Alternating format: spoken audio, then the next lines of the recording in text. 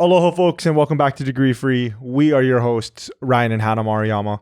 On this podcast, we share fundamentals we've discovered and the mistakes we've made while self-educating, getting work, building businesses, and making money. We'll tell you how to make it happen. No degree needed. Welcome back to the podcast, everybody. We are happy to have you, as always. And if you want to get our newsletter, because why would you not? We send that out once a week. It's got degree-free news, resources, and stuff that Ryan and I think is cool that we want you to see. So in order to not miss that, you're going to want to run, not walk, over to degreefree.co/newsletter to sign up and get it in your inbox once a week. Right on. Let's get into today's episode. Today, we are going to be talking about college degree versus no college degree, this make pretend scenario that we've all heard, and why it's a false dichotomy. This is a good one. We're excited about this episode, actually. Yeah, this episode was actually inspired by a conversation that I was having with a friend the other day. And this friend of mine, he kind of agrees with me. He kind of agrees with us, but he kind of sort of doesn't really agree with us at all. He's got opinions. Yeah, and he's still early on the journey to becoming degree free. Even though he has a degree. You can still be degree free if you have a degree. Totally. Just so you know, folks. Absolutely. Ryan is one of those. Yes. It happens. So he asked a question that I've heard a million times. And we're just having a conversation. We were just talking. And he was like, but who would you rather have? Would you rather have somebody with a college degree or somebody without a college degree? Everything else being equal. Classic, this one. This crops up all the time. And I hadn't heard that question in a while. I hadn't heard that question in a while, but I had always heard it growing up. That was always put forth to me by teachers, by my own parents, by aunties, uncles, you name it. Well, because that's how they present it to you, right? They're like, well, if you're, if it's two people sitting at a table waiting for a job, and they're the same in every way, but one of them has a college degree, right? We've all been presented that one. Yeah. So I guess that's a good place to start. Let's paint everybody a word picture, just so that everybody's on the same page of what we're talking about. Although I'm almost positive you've heard this before. Yeah. When he lays it out, I'm sure you've heard it. The scenario is there's somebody that is looking at two resumes. And these resumes look exactly the same. Everything is the same, from their name to their whatever, to all of their work experience. Everything is the same except for one line. And that one line is their college degree. Bachelor's in this, bachelor's in that, or even an associate's in this. But everything else is the same. Who would you rather have in that scenario? That is the scenario of which he asked me. That is the scenario of which my teachers ask me. Like I said, my aunties and my uncles ask me. My parents asked me, my employers asked me. Like this happens frequently in the wild. Right. Like it happens all the time. And it's meant for you to obviously say, I'm going to pick the person with the college degree. There's only one answer to this scenario. I would pick the person with the college degree. That's what you would say, because everything else is equal. And then you get convinced that, all right, now, because in this fake scenario that the boss chose the person with the college degree, I don't want to be that idiot that doesn't have the college degree. Right. How did we did all the same things. Except for I also did this and they didn't. Lazy. Exactly. They went out and got a 4-year degree and I didn't. Which shows lack of initiative. Exactly. Lack of work. And it makes you feel dumb. Mm-hmm. And I know how it makes you feel because this worked on me. I would sit there and think, man, I really don't want to be the idiot at the table. I don't want to be the person that person doesn't pick. And so, like an idiot, I went out and got a college degree. Like, you did do that. Yeah. You did do it. It worked. Yeah. It worked. I'm not saying that people that get degrees no, we're all about self-depreciation. Are idiots. We're just talking about Ryan. He's an idiot. went out and got a college degree. So, but this is very much the scenario that's painted though, which is extremely unrealistic. If not, it doesn't exist. Right? And yeah, so this is super effective marketing, right? Because they say, like you just said, it got you this scenario that we're all somehow familiar with. This scenario got you to buy that, along with many other things. It definitely got me to buy. It just made me. What's crazy about it is it made me feel lazy. It made me feel stupid. And after I thought about it, the reason why this marketing tactic is so effective is because it plays off of loss aversion. And for those that don't know, loss aversion simply means that you feel the pain of a loss more than the joy of a gain. So you feel loss of $10 more than you feel joy of making $10. This is a common sales tactic too. Like there's two main sales tactics, which is fear of loss and hope of gain. And fear of loss is very effective because humans are afraid of losing things that they already have more almost than they are oftentimes of gaining something that they want. Exactly. Because you already have the thing instead of, oh, like we're going to go get an ice cream cone later. You know, this is an ice cream cone. It's an imaginary ice cream cone. You don't have it yet. But if you had an ice cream cone in your hand and somebody took it from you, you'd feel like someone stole your ice cream. Right. And that's effective. That's an effective. We're simple creatures. And so if you want to learn a little bit more about it, Daniel Kahneman and Amos Tversky are the people that coined this term. Daniel Kahneman's book is Thinking Fast and Slow.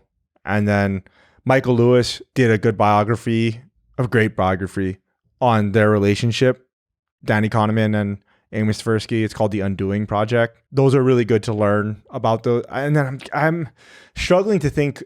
There's a bunch of other books based off of that work for like personal finance and things like that, but we'll put some links to everything in the show notes, degreefree.co/podcast, so you can look it up.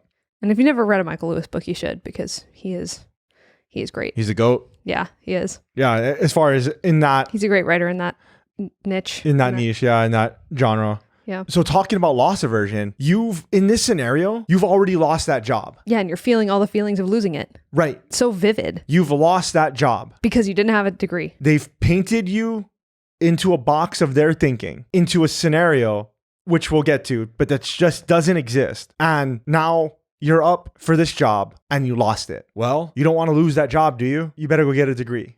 Just in case, because you don't want to be sitting at the table and not have a degree. You don't want to be the resume without the degree. I would argue that it's not just in case. I would argue that... It's not even just in case. It's you won't get the job if you don't get the degree. Exactly. At all. You'll never get the shot. I don't think it's just in case. Yeah. It's you're not going to get hired if you don't have the degree. So go get it now. Right now. Immediately. Like I said, it was so effective that was one of... I mean... There's a lot of reasons why I went to college, but that was one of those things. I didn't want to be, like I said, I didn't want to be that idiot that didn't get hired. Like, I mean, I really, really mean that. Like, I didn't want my future employer to have these two resumes in front of him and not choose me because I didn't have a degree. What sane person would want that? And that's the beauty of the situation. That's the beauty of the scenario is like what sane person would say, I mean, I want to get passed over, right? You know, which leads us into... This doesn't exist. What this whole episode is about, which is this whole thing doesn't exist. This dichotomy between degree and no degree, it just doesn't exist. The fallacy here is that they're saying all else being equal, right? Whatever it is, ceteris paribus or whatever. Yeah, ceteris paribus. All else being equal, the only variable that has changed is that one line. But that's not how it works. That doesn't exist. As someone too who's applied, and this is, I'm the idiot on the other side of the table in the scenario where that doesn't have the degree on their resume. That is not what happens when people look at my resume with people who have college degrees who are in the same age range as me. Yeah. So what they've done, just before we get into it, is like they've pit two scenarios together that just don't exist, right? It's like asking who would win in a fight, right? Like Charizard or Pikachu.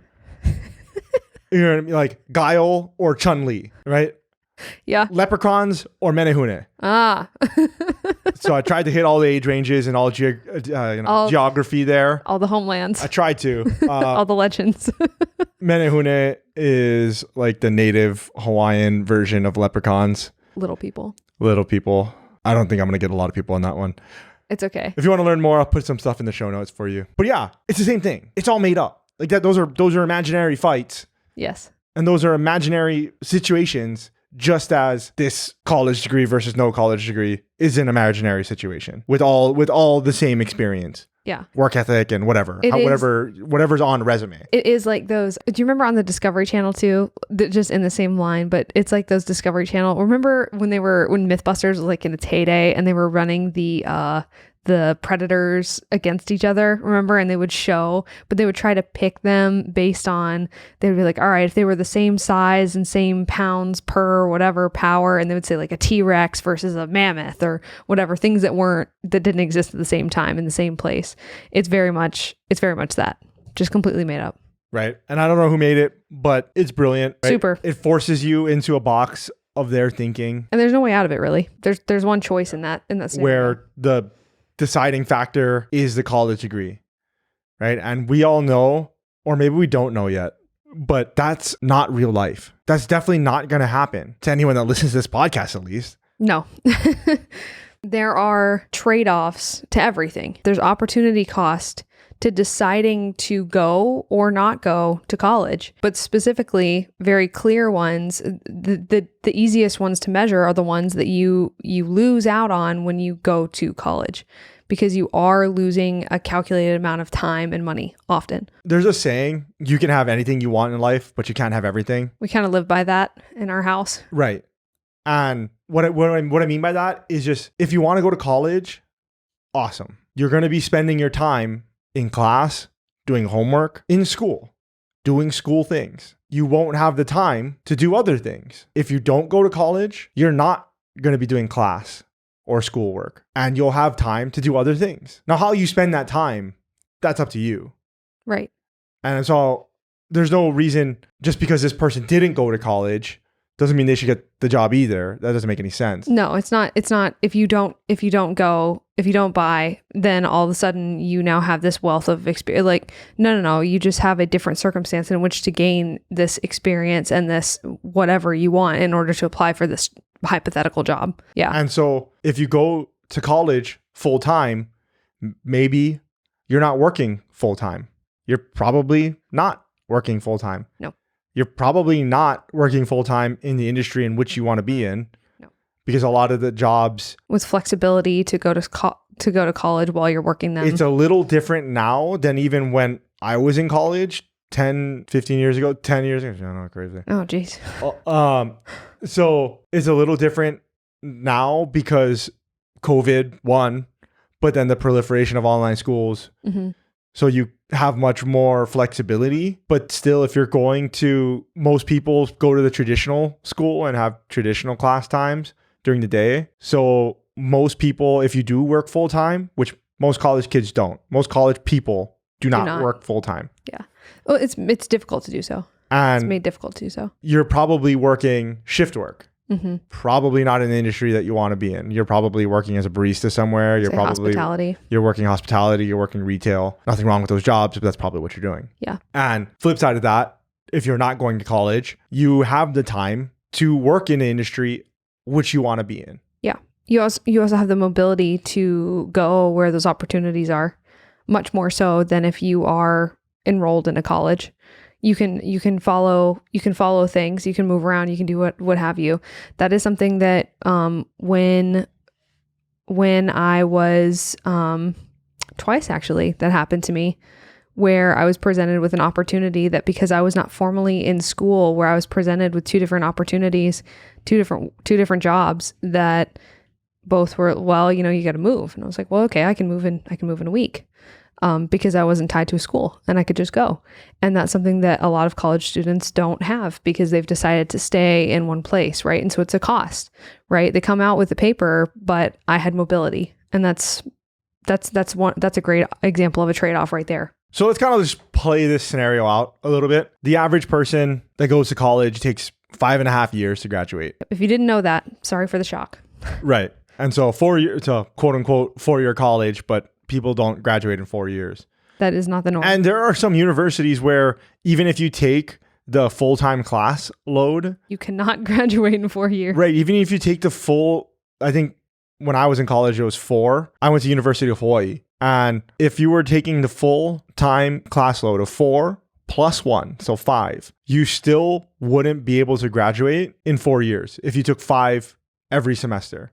Do they call it a 4-year program? They did. How is that allowed? And then, well, they rectified it maybe my last semester. I mean, it didn't affect me because I was done. How long were they doing that, I wonder? Forever. And they were just, it's a 4-year program, but it's impossible to graduate in 4 years. Well, not impossible. Nearly so. Yeah, it wasn't impossible. You just had to take 6 classes. Right. Like one semester, you had to take 6, and then you would have to take 6 another semester as well, sometime within your quote unquote 4-year career. Good luck trying to work doing that. It was difficult. Yeah. It was difficult. But yeah, then they changed it. And they did a big marketing push around it too. Sorry, this is a little tangent. So my last semester in college, they changed it, which is like, come on. Like really? Wow. I was like so bummed. Oh, I was like, what the hell? they really did it to you. And then, but they did a whole marketing campaign around like, God, I can't even remember I would see the banners around school and it was like 5 classes, 5 and 4 or something like that. And they were saying how proud they were basically of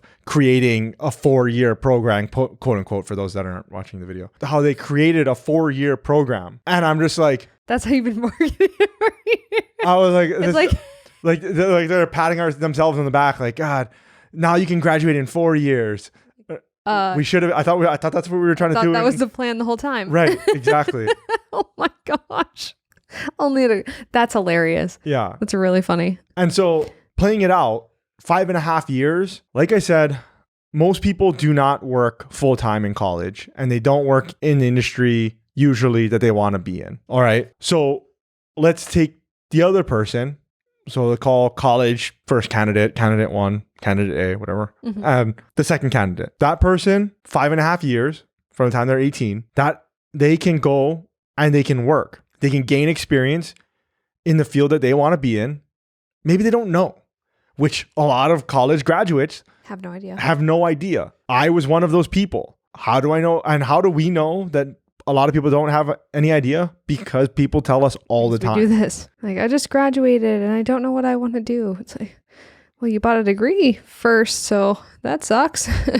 You had 6 years to figure it out. You had 5.5 years to figure it out. Yeah, but they didn't feel like they had to, and this is everybody's got the same 24 hours in a day and stuff. So you could have put in some time to figure it out. But I do know that a lot of college students do not feel like they have the bandwidth to figure it out too. Whereas I will say that when your time is your own, you do often feel like you have more time to figure it out. And I'll say something on this. As somebody that went to college and graduated, I actually don't feel like that at all. I had plenty of bandwidth.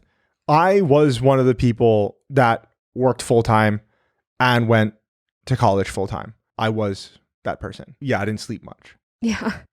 And then I partied full-time. He was very busy. I was very busy. Sleep went right out the door. But it was youth. But it was more than that. Not that I didn't take time to think about what I wanted to do, but I almost felt because I was going to college, I was owed a job. And I catch flack for this all the time. People say, well, you're just an idiot. And like, you're not wrong. Like, okay. Maybe so. Right. I mean, like, yeah, I am. But I know that other people feel this way too. But they're just a lot of people, after I say it, they're like, you know what? I did too. You feel like you're owed a job. Like because you went. Because I went to college. I did it. I went to college. And you're not the idiot without the degree on the resume. And I felt like, okay, well, I was owed a job. But I do know that there are other people out there that when they do some searching and when they do some digging, they know that they felt the same way. And that's why they didn't take the time to figure out what they wanted to do. They just didn't take the initiative because they felt like something should fall in their lap. Exactly. Because they bought this thing. Right. They did what they were supposed to do. I think that's actually the wrong attitude. Not that something is going to fall in your lap, but rather that you were working towards it. You earned it. I was working towards it. I was getting a college degree. And that college degree was supposed to be equivalent of job experience. It was supposed to be the equivalent of my resume, basically. It was supposed to be the equivalent or a stand-in for me applying to jobs it was supposed to do all these things for me. Funny you should say, we had a TikTok comment earlier today. Someone just commented on one of our videos and said how ridiculous to act like the colleges are responsible for making their students employable, right? Like they don't make you feel like exactly what you just said. Like they don't make you feel and market to you as though that's exactly what the degree is designed to do, right? That every semester, every time you sit in class, every semester you pay your tuition, every time you're where you're supposed to be and doing what you're supposed to be with your advisor, you're not earning a job that has nothing to do with the college. And that's implied the entire way through. Yeah. You wouldn't pay it just to learn. Yeah, that's crazy. Yeah. That's crazy money. No normal people would be able to justify that cost to themselves unless they felt it was a necessity for work. Absolutely. Yeah. And so kind of getting back to what we were talking about, yeah, the person without the college degree, they can go and get experience for 5.5 years. Going back to the scenario now where the future employer, she sitting down, looking at the two resumes. Now painted in this light, it's not the same. You have candidate A that went to college, and okay, well, right on. You were a bartender in college. That's awesome. Good job. Yeah. Good for you for working. Exactly. Good for you for the hustle. Great. Yeah. On your resume, you talk about all the projects that you did, and that's great. Mm-hmm. And all the things that you learned from it. And that's awesome. And then on the second candidate, they talk about what they did, their experience and the job in the industry that they want to get in. Or even not in the industry they want to get in. And that's something too that I think is even overlooked here. And this is another discussion I had with somebody, but they just said, if it's very, it's this whole dichotomy. They're like, well, they pick somebody with a college degree over you.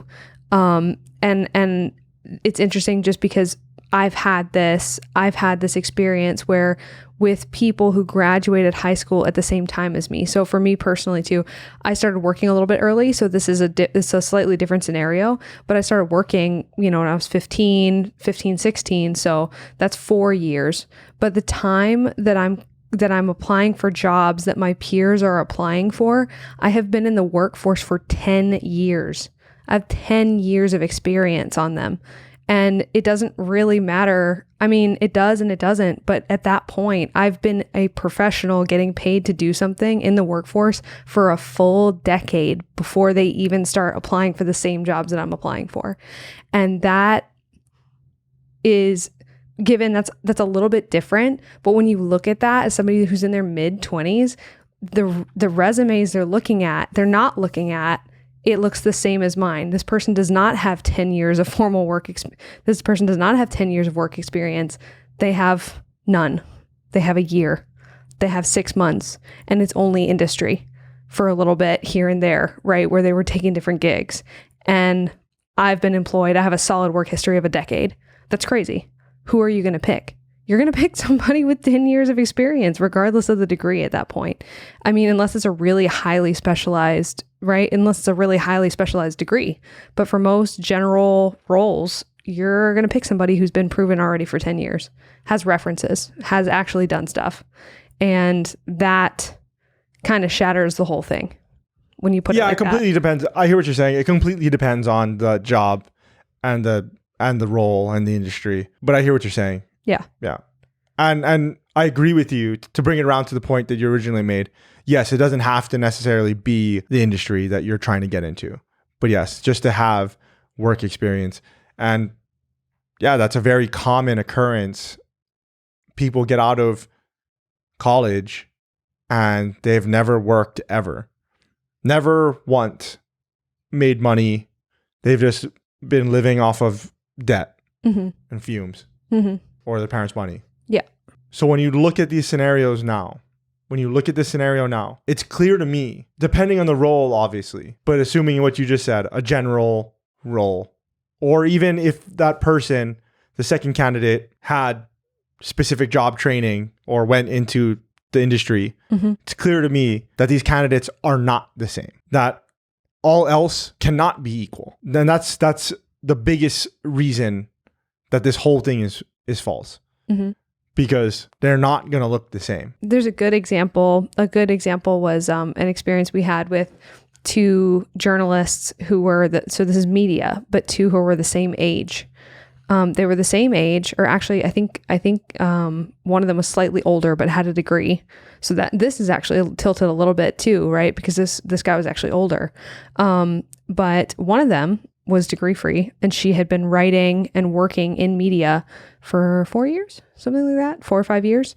She started working really young. So she started working at 18, and she was about to be 23. So she had 5 years of actual media newsroom writing editorial experience. And this other guy had a journalism degree, and it took him 5.5 years to get it. He had a lot of debt, and he was working for a local news station, and she was working for a local media publication. But the thing is, she had a lot more bargaining experience. If she had wanted to work for the same company, I would bet that they would hire her over him, because she had been doing professional reporting for, 3 years at that point, and he had just started, even though he's older and he has a degree. So that's a good example of that too. Like, it's this time she had been working and he hadn't yet. Even though he had a degree, it doesn't matter. She's got years on him. Yeah, she did have years on him. Also, though, I don't know about what you said about if she were to apply to a higher position at that same company. I don't know about that, because they worked in different types of media. Mm-hmm. But what we do know is that she got paid more than him already, and she held a higher title than he did. Correct. As True. well. True. So I think that she was like, I don't know media publication. She was like editor at large or something like that. Yeah. She was like young. She was the person right before it goes to publication. Right. And well, she was the second. The head honcho was the said, I don't know, was the say all or whatever? Editor-in-chief? Yeah, I'm not sure. Somebody correct us. Contact at degreefree.co. Yeah. Tell us about the structure. There's like the boss. I remember because I talked to the boss too. I was close with the boss. So he's like, yeah, she edits the whole thing, but I have the final say of whether or not something gets ran or run. Got it. And so, but anyway, and he was just maybe his title was entry or like journalist 1, where she was editor in chief or editor at large or whatever. Right. And there was a lot of overlap in their work, though. They were doing very similar things. One was just more one was print focused and one was video focused. Right. But he didn't apply to be in video. That was what was funny, is they just gave him a camera. Right. He didn't apply to do that. But they just gave him a camera because that was part of the entry level role that he took. So yeah, this whole episode is just about breaking this mold, is to basically highlight how this dichotomy that has been created and that we've all heard is false. Just bring it into the light and saying there's no such thing as everything else being equal when you're looking at these two people. One of them is going to say, let's say it's not 5.5 years, let's say 4, but it's still 4 years. You have 4 years to go and do other things. It's a powerful visualization on the part of college marketing, right? Exactly. And it's something that I personally have succumbed to in the past.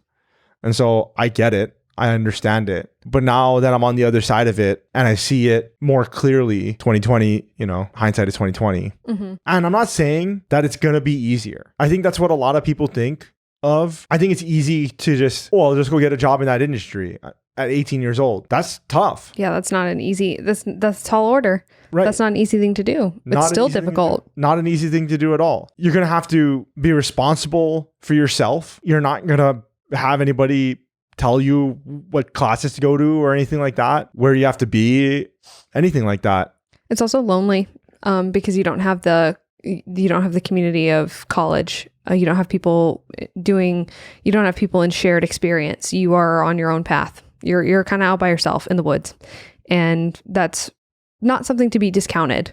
I don't think it's a compelling reason to take out the amount of student debt that's required to get your typical bachelor's degree, but it's something to note. It's a lonely path and it's a difficult path. I think in many ways it's more difficult than college because it requires you to be self-aware. It requires you to have the tough conversations with yourself. It figure everything out yourself too. Exactly. Figure out what it is that you want, figure it out what it is that you need, going and doing those things. But the upside is huge, not only in your career, which we've been talking about this whole time, but also in your finances. I mean, it definitely, it's not our main point here, but it's definitely something that to bring up. While the other person is probably going to student debt for 5.5 years, for 4 years, however you want to think about it. However long it takes them. Your finances are literally going the opposite way. You're not taking on debt, hopefully. Yeah, you're hopefully saving, investing. Hopefully you're making money and saving it. It's a win-win. You're making the opposite choices of the person who is going to college and buying a degree. Yeah, definitely. And where a lot of people push back on this, before we wrap it up, where a lot of people push back on this whole thing is like, well, how at 18 years old are you going to break into whatever industry? Insert industry here. And that's what a lot of people say. Like, well, it's so easy to say that they're just going to go work in that industry. I think it's easier to do it at that age. I think the younger that you do it, the more likely it is that you're a rare occurrence. And because you're a curiosity, you're memorable. Because you're memorable, it's easier for you to get to ask for unusual things. That's actually that's neither here nor there, but it is something that youth just as age is a different type of advantage, but youth is an advantage. And if you were 17 years old and you're bright and starry-eyed and you want to learn and you ask the right person, the right question in the right way, then yeah, I think that opens a lot more doors to you. Sure. There's a novelty of it. Sure. But let's say that you're trying to get into an industry that doesn't appreciate novelty. That let's say that you're trying to break into an industry that doesn't have quote unquote entry level. Right? That they only hired quote unquote skilled people. Okay, well, you've got 4 years to get experience. Right. Start, I don't know, whatever it is, break down whatever skill that you need, break down whatever experience that you need. Look at job descriptions of that thing. See, okay, I need this, and then go do it. You've got 4 years on this other person to get really good at, to not just the general. And that's the thing, is that you can't, it's difficult to focus on the essential skills if you're taking college classes, right? Because you don't need everything you're learning at school. You need hardly any of it. You need very little, actually. Very little of it is going to be useful in whatever job you're pursuing, if you even know what you want to do. So if you already know what you want to do, pick the effective skills and learn those and get really good at those, because those are the things that will make you stand out up against somebody who has a degree. Because if you're really good at whatever skill, they're kind of not going to care if whatever skill is the defining factor of the job. So if you take that first couple of years, you still have 2 years, right? If you take the first couple of years to learn those skills, you still have 2 years of work experience on this person that just came straight out of college. Right. And they're starting from zero and you're starting from 2 years. Exactly. And life's not a competition or anything. This is just about being effective. It's just about this dichotomy. It's just about versing or facing off with that other person in that scenario, which is why we keep bringing up somebody else. But yeah, I think that's pretty much it. The last thing that I did want to say for myself was that, don't be fooled by these thought experiments that force you into a box of other people's thinking. In this scenario, we're letting whoever it is, our parents, our uncle, the colleges, our teachers, put up this scenario and put us in this box and are forcing us to make a choice. And there's only one logical choice to make out of that box. But it makes no sense. When you step out of the box and you realize, wait, that doesn't exist. Those aren't the choices. It becomes much clearer that you have options. And then from there you can learn, you can pick again. When your options are open again, when all the doors are open again, it's much better. So yeah, that's pretty much it for this week. If you folks wanted to support the podcast, the best way that you could do that is by leaving us an honest review wherever it is that you get your podcast. And if you want to get our weekly newsletter, which why would you not? It's going to have resources, degree-free news, degree-free jobs, all kinds of cool stuff that Ryan and I find for you folks. You're going to want to run over to degreefree.co/newsletter and sign up for that to get that in your inbox once a week. Yep. And that's pretty much it. Until next time, guys. Aloha.